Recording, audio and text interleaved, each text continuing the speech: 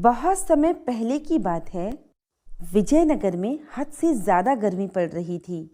गर्मी इतनी ज़्यादा पड़ रही थी कि हरे भरे बगीचे पूरी तरह सूख गए थे।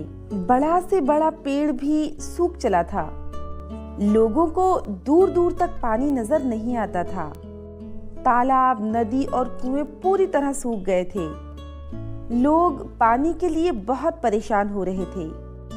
एक दिन रामू अपने घर के पीछे घूम रहा था। उसके घर के पीछे एक बगीचा था जो अब सूख चुका था। बगीचे का हर एक पेड़ पानी के लिए तरस रहा था। उस बगीचे के पास ही एक कुआं था। रामू ने उस कुएं में देखा। उस कुएं में पानी तो था, लेकिन बहुत नीचे। पानी इतना नीचे था कि पानी निकालने में कोई भी अपनी हिम्मत छोड़ दे। रामू अभी सोच ही रहा था कि कैसे बगीचे को पानी दिया जाए ताकि वो हरा हो सके। तभी उसकी नजर 4 व्यक्तियों पर गई। वो चारों व्यक्ति रामू के घर की तरफ इशारा कर रहे थे। वो रामू के घर के बारे में कुछ बात भी कर रहे थे। रामू को ये समझने में देर न लगी कि वो और कोई नहीं बल्कि चोर हैं। रामू के दिमाग में झट से एक योजना आई।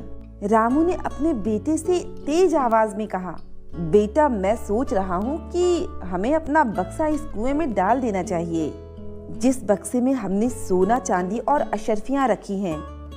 किसी को शक भी नहीं होगा कि हमने अपनी कीमती चीजों को इस कुएं में रखा है। रामू का बेटा जोर जोर से कहता है, पिताजी, आप जैसा कहें। उसके बाद रामू और उसका बेटा घर चले जाते हैं। कुछ ही देर बाद वो बक्सा लेकर आते हैं। वो बक्सा काफी भारी होता है। वो दोनों इस बक्से को कुएं में डाल देते हैं। कुएं में बक्सा गिरने की आवाज को वो चारों चोर सुन लेते हैं। इसके साथ ही उन चारों ने रामू और उसके बेटे की बातों को भी सुन लिया था। वो सभी चोर बहुत खुश हुए और वहां से चले गए। रात होते ही चारों चोर उस कुएं के पास आ जाते हैं। वो कुएं के पानी को निकालना शुरू कर देते हैं।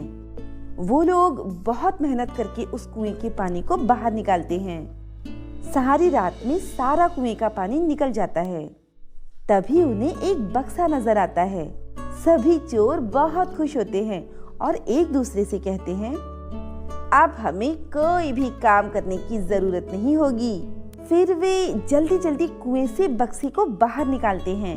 लेकिन ये क्या, उस बक्से में सोने, चांदी और अशर्फियों की जगह बड़े बड़े पत्थर होते हैं। उस बक्से को तो बस पत्थर से भरा गया था। चोर समझ जाते हैं कि ये सब रामू की बुद्धि है। अब अपनी जान बचाने के लिए वो तेजी से भागते हैं। सुबह जब रामू अपने बगीचे में आता है तो उसे चारों तरफ सिर्फ पानी ही पानी नजर आता है। रामू बहुत खुश था कि उसकी योजना सफल हो गई। जब रामू ने ये घटना अपने पूरे गांव को बताई तो वे बहुत हंसे और बोले, शायद चोरों को नहीं मालूम था कि वे बुद्धिमान रामू के घर आए हैं।